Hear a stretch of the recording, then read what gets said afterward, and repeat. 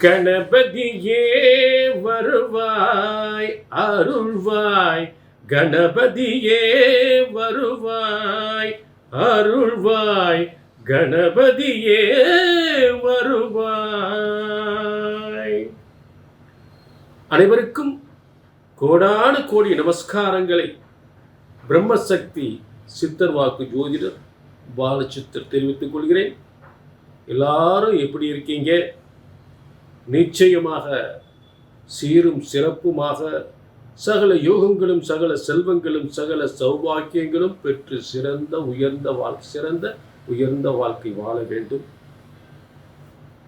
இன்றைய ஒரு அற்புதமான வார பலன்கள் பார்க்க போகிறோம். இந்த பிரபஞ்சத்தில் ஒவ்வொரு மனிதனுக்கும் எத்தனையோ பிரச்சனைகள், எத்தனையோ வேதனைகள், எத்தனையோ சோதனைகள். இது எல்லாம் எப்போ நமக்கு சரியாக போகின்றது? இந்த வேதனைகள்லாம் எப்போ தீரப்போகின்றது? எப்போ நல்ல காலம் பிறக்கப் போகின்றது? இந்த குடும்பத்தில் ஏற்பட்ட பிரச்சனைகள் எப்பொழுது தீரும்?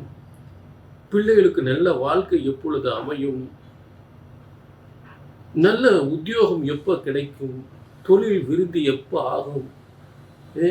நிறைய முயற்சிகள், அந்த முயற்சி பண்ணுறோம், இந்த முயற்சி பண்ணுறோம், என்னென்னமோ முயற்சி பண்ணுறோம், ஆனால் நடக்க மாட்டேங்குது அப்படின்னு ஒவ்வொருத்தரும் ஒவ்வொரு விதமான காரியங்களுக்காக முயற்சிகள் செய்து அது சரியாக நடக்கலை அப்படின்ற ஒரு வேதனைகள். சில பேர் சாதனைகள் அப்படின்னு ஒரு காரியத்தை செஞ்சு முடிச்சாலும் வெற்றிக்கு மேல் வெற்றி சிலருக்கு. எதனால்? சிலருக்கு எத்தனை முயற்சி செய்தாலும் நடக்காத வேதனைகள், சோதனைகள். பார்த்தீங்கன்னா ஒரு திருமணம்னு ஒரு பிள்ளைகளுக்கு முயற்சி பண்ணாங்கன்னா பார்த்தீங்கன்னா ஒரு 25 வயசில் ஒரு பொண்ணு பார்க்குறதோ மாப்பிள்ளை பார்க்குறதோ ஆரம்பிச்சிருப்பாங்க. நாள் போய்கிட்டே இருக்குது. 5 வருஷம் கூட ஆகி போச்சு, கல்யாணம் முடியல. ஒரு தொழில் வச்சு 2 வருஷம் ஆச்சு, 3 வருஷம் ஆச்சு, அதுவும் வருஷ கணக்காக ஒரு தொழில் வச்சு முன்னுக்கு வர முடியல. மேலும் மேலும் அது ஒரு பிரச்சனையாக இருக்குது. ஒரு உத்தியோக முயற்சி பண்ணாலும் ஒரு நல்ல உத்தியோகம் கிடைக்கிறது. ஆனால் ஒரு சிலருக்கு பார்த்தீங்கன்னா நல்ல கல்வி கூட இருக்காது, அவன் மிகப்பெரிய உத்தியோகத்துக்கு போயிடுவான். சிறந்த கல்வியாளர்கள், திறமையானவர்கள், அவர் நல்ல உத்தியோகம் கிடைப்பதில்லை. இதெல்லாம் காலப்புருஷ தத்துவப்படி, கால கிரகத்தின் தத்துவப்படி அந்தந்த காரியத்தை எந்தெந்த கிரகங்கள் எந்தெந்த மனிதருக்கு என்னென்ன யோகத்தை எந்தெந்த காலத்தில் செய்ய வேண்டுமோ அதற்குரிய சரியான கட்டத்தில் இருக்கக்கூடிய அந்த கிரகங்கள் அந்த காரியத்தை சரியாகவே செய்கின்றது. இது பிரம்மசாஸ்திரத்தினுடைய பிரம்மன் படைத்த விதி, பிரம்மனால் போடப்பட்ட தலை எழுத்து. அப்ப உங்களுக்கு எப்ப நடக்கும்?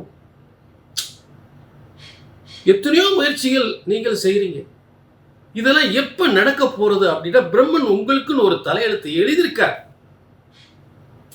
இது இந்த காலத்தில் உங்களுக்கு நடக்க போகுதுன்னு நிச்சயமா எழுதியிருக்கார்.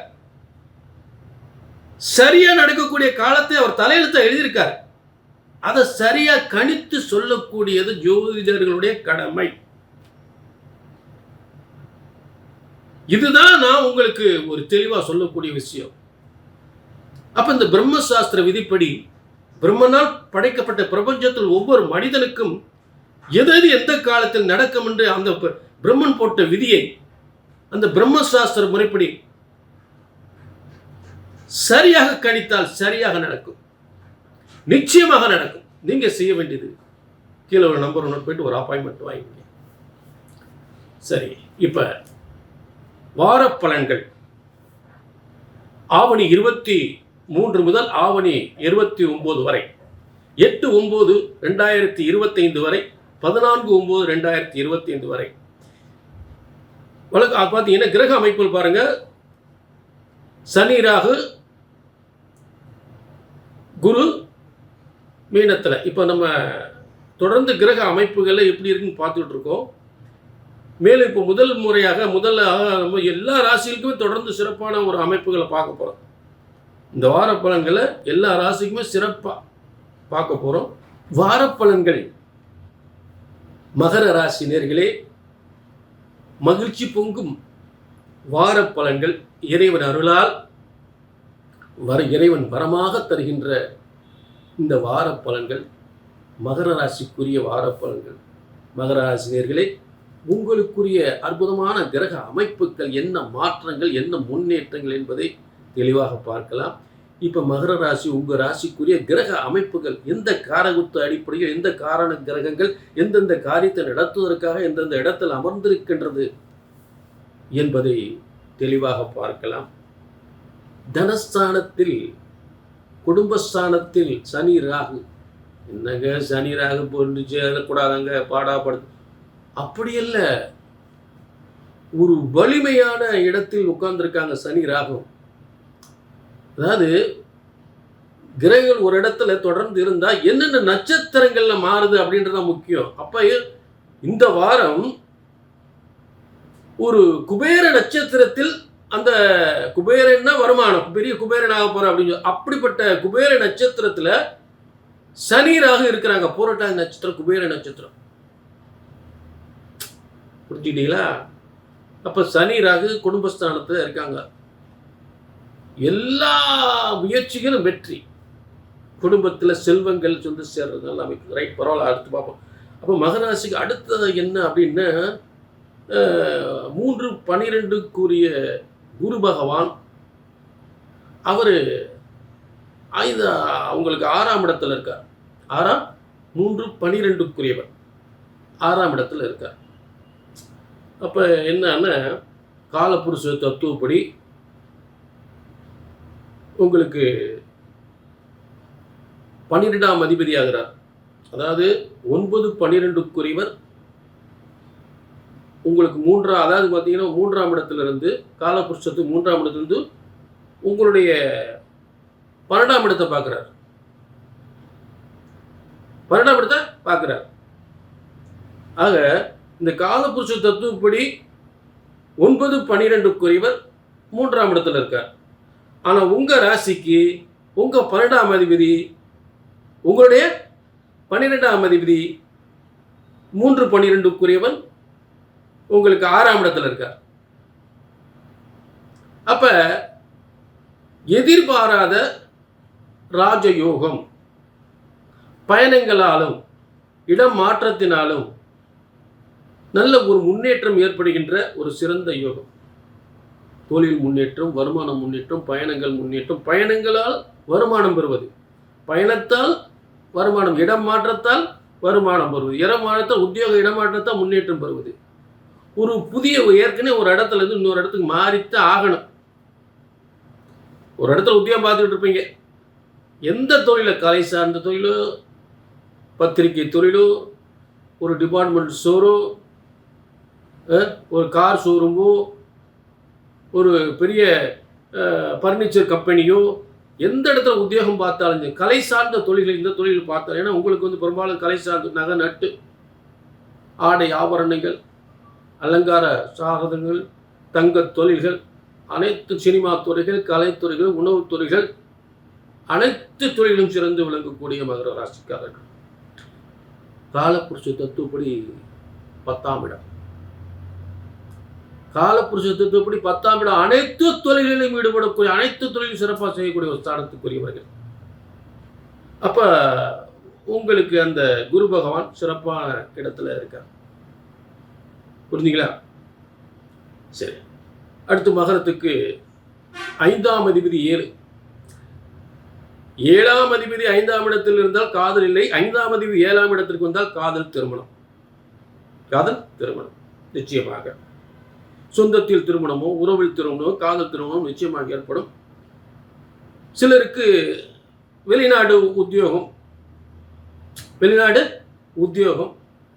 சிலருக்கு மனைவி வெளிநாட்டுக்கு போவது, புரியத்தை விட்டு வெளிநாட்டுக்கு போகிறது, சில பேர் அப்படிலாம் நடக்கக்கூடிய நல்ல ஒரு யோகங்கள் நிச்சயமாக ஏற்படும். அடுத்து மகரத்திற்கு 8ஆம் இடத்தில் சூரியன் புதன் ஆரம்பத்தில் இருப்பாங்க. அப்ப இந்த 2ஆம் இடமும் 8ஆம் இடமும் பணவரஸ்தானம்ன்றது மறந்துடவே கூடாது. 2ஆம் இடமும் 8ஆம் இடமும் பணவரஸ்தானம்னு மறந்துடக்கூடாது. அப்ப பணவரஸ்தானம் 2ஆம் இடத்துல சனி ராகு குபேர நட்சத்திரம் இருக்காங்க. அப்ப இந்த சூரியன் இப்ப 8ஆம் இடத்துல இருக்கிற சூரியன் சுக்கிரனுடைய நட்சத்திரத்துல எப்படி பாருங்க. சுக்கிரன் மிகப்பெரிய செல்வ யோகத்தை தரக்கூடிய சுக்கிரன்.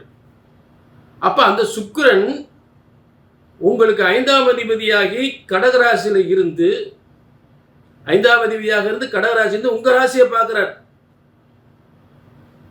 உங்க ராசியை பார்க்கிறாரு. அப்ப அதிர்ஷ்டத்தை அள்ளி தருகிறார்.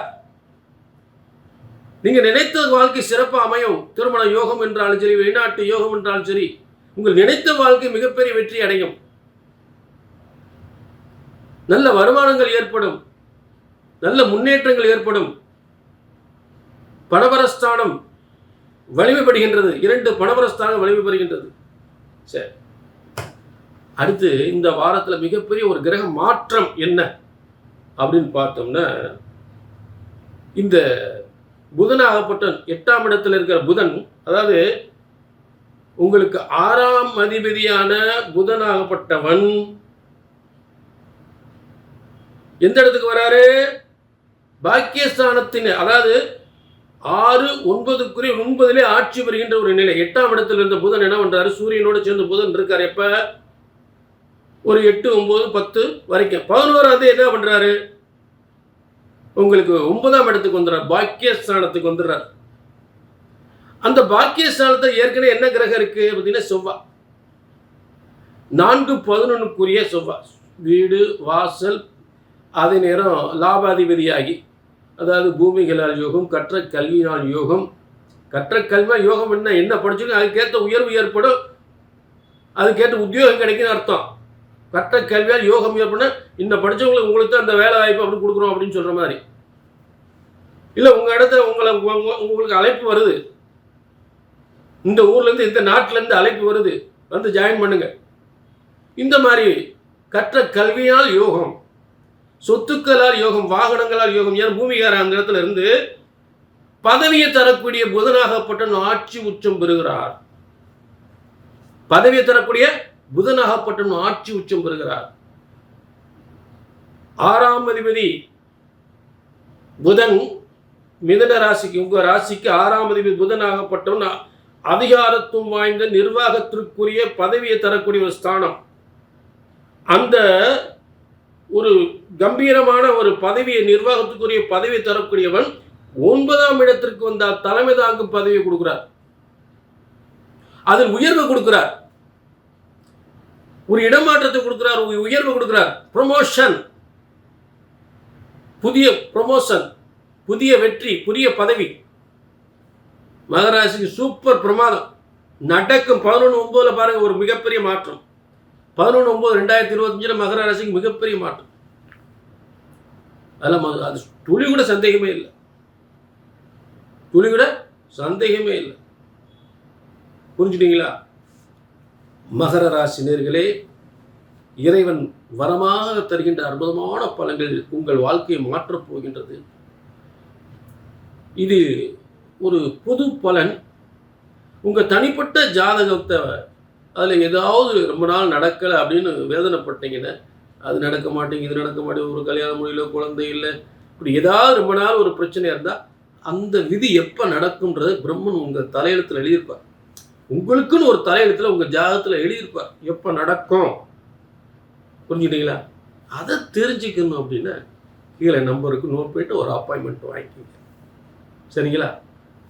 ஆக மீண்டும் ஒரு நல்ல நிகழ்ச்சியில் உங்களை சந்திக்கும் வரை உங்களிடம் இருந்து விடைபெறுவது 18 சித்தர்கள் முனிவர்கள் உருவாக்கிய சித்தர் வாக்கு ஜோதிடர் பாலச்சித்தர். நன்றி, வணக்கம்.